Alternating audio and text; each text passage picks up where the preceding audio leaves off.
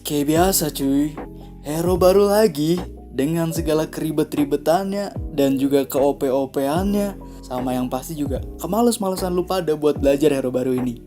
Ya gak sih? Dan gue tuh sebenarnya kesel cuy sama Mas Buntun.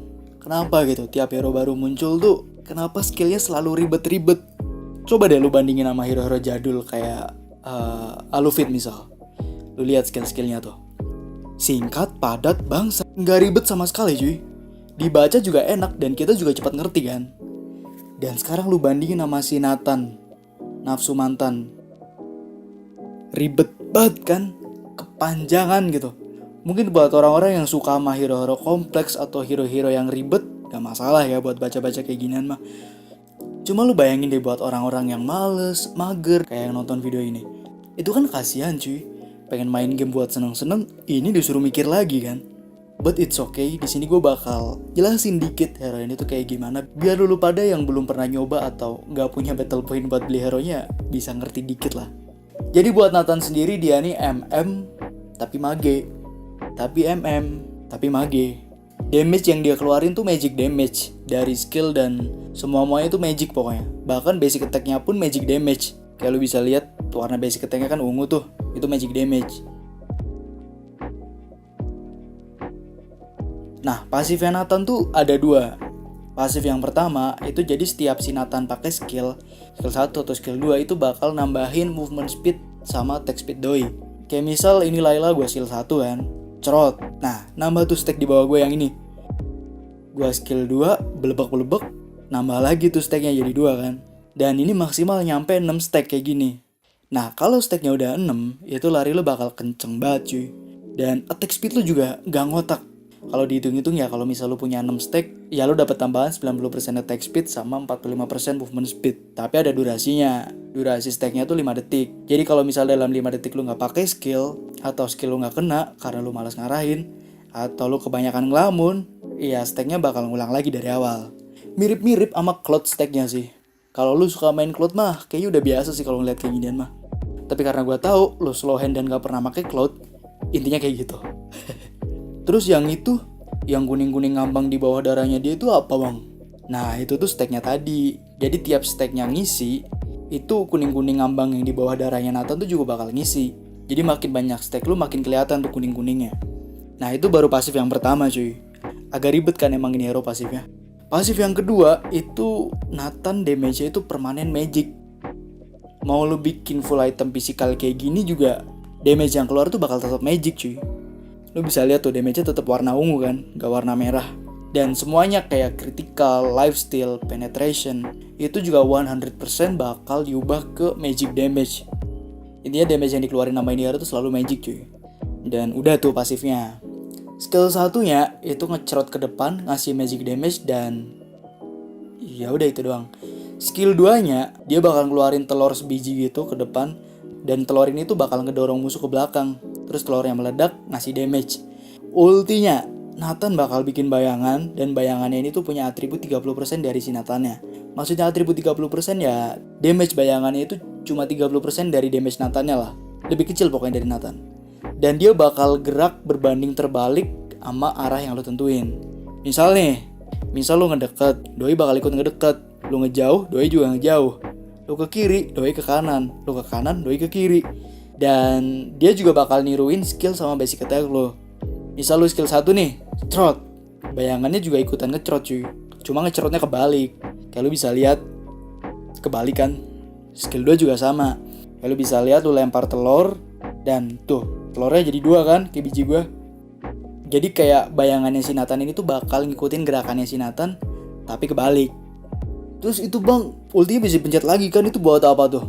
Nah ultinya bisa dipakai lagi buat ngedeket ke bayangannya. Atau kalau misalnya lu udah deket sama bayangannya ya lu tukar posisi lah sama bayangannya. Dan itu juga bisa ngelewatin tembok kalau temboknya gak kejauhan dan gak ketebelan. Contohnya kayak gini nih, ini ada tembok kan, tebel. Dan jarak lu ke bayangan lu juga lumayan jauh. Dan kalau kayak gitu lu gak bisa nembus tembok. Kalau misal lu maksa ya lu bakal kejedot-jedot gini lah. Tapi coba kalau misal temboknya tipis dan jarak lu itu gak jauh-jauh amat sama bayangan lu. Kayak gini contohnya. Lu pencet, tuh bisa kan? Ya udah kayak gitu aja skill-skillnya cuy. Kalau misal lo masih nggak ngerti ya tonton ulang aja video ini. Nah sekarang build-nya nih. Banyak orang bingung build nih hero. Karena emang ya hero-nya ribet. Dikasih item magic bisa, dikasih item physical juga bisa. Tapi mana yang lebih efektif? Gue nggak tahu juga ya karena gue bukan pro player.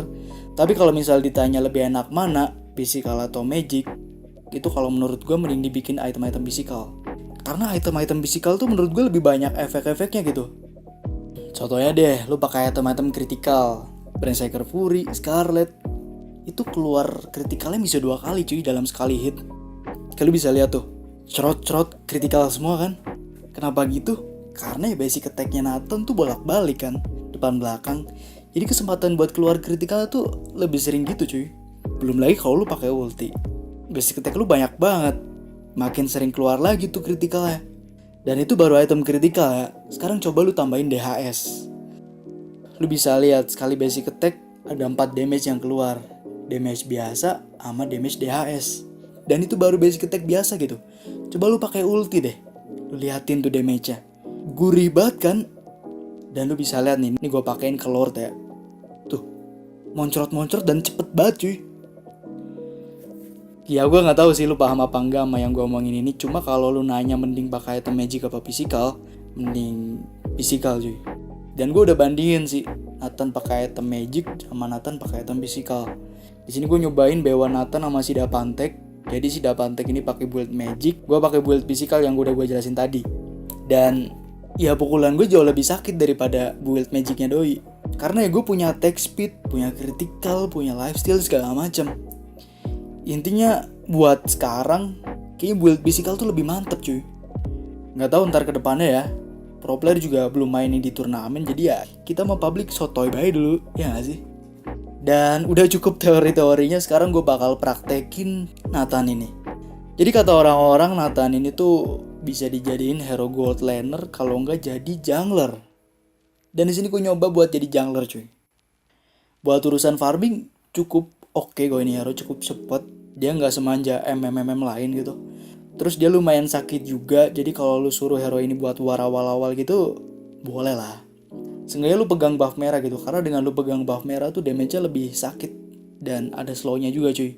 Ya dia ini tipikal hero yang kalau ada war early game dia bisa ikut lah. Lu lihat tuh damage-nya, nggak ngotak kan?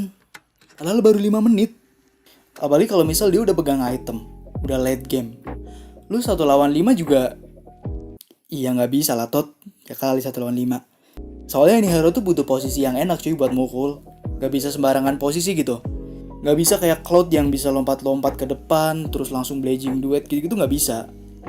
Dia ini butuh posisi yang PW. Maksudnya posisi yang PW tuh ya lu bisa mukulin orang, tapi orang gak bisa mukul balik lu gitu cuy. Buat lu yang udah mainin ini hero harusnya ngerti sih. Satu lagi kekurangannya Nathan Jungler tuh kan dia harus bawa retry tuh. Sedangkan dia gak punya skill kabur. Jadi kalau Nathan Jungler ini tuh rawan banget yang namanya blunder cuy. Jadi ya lu kudu hati-hati. Pokoknya posisi lu kudu enak lah. Kalau gak enak ya ntar kayak gini.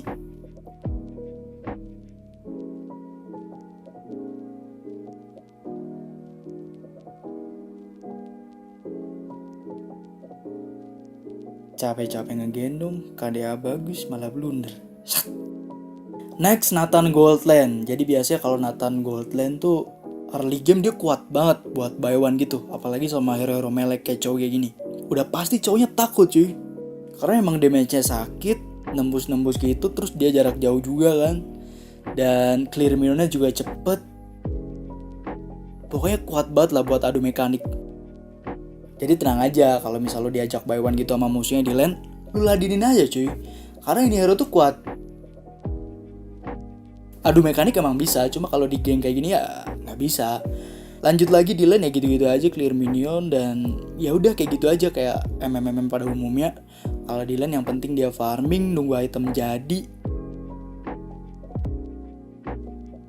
Dan nggak apa-apa mati di game kayak gini. Emang ya Nathan tuh kalau belum jadi item kan belum tebel juga kan. Jadi lu kudu sabar cuy, apalagi kalau lu ketemu hero-hero yang ganker, hero lock, hero one hit mati kayak gini tuh gak usah emosi gitu. Karena Nathan ini bukan hero yang lincah juga kan. Kalau dia gak punya stack itu jalannya lama banget dan gak bisa ngebling-ngebling gitu. Kalau bisa dibilang ya mirip-mirip Hanatot lah. Tapi kalau misalnya udah di late game, lo gak usah tanya, ini hero tuh. Lanjut game selanjutnya deh. Di sini gue pakai Nathan Gold Lane lagi dan gue selain ketemu sama Hayabusa. Masih sama kayak tadi, di sini gue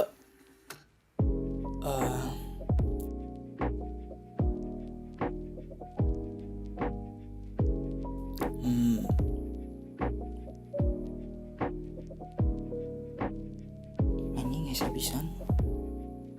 Nah, salah satu counternya Nathan tuh ya hero-hero kayak gini. Hero-hero yang ngagetin, tiba-tiba muncul. Hero-hero yang bisa ngelock lu dan lu langsung mati.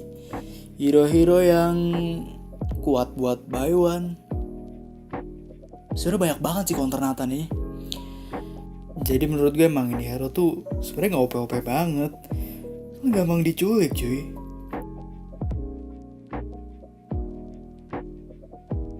Tapi gue males dong kalau misal diculik-culik dulu kayak gini.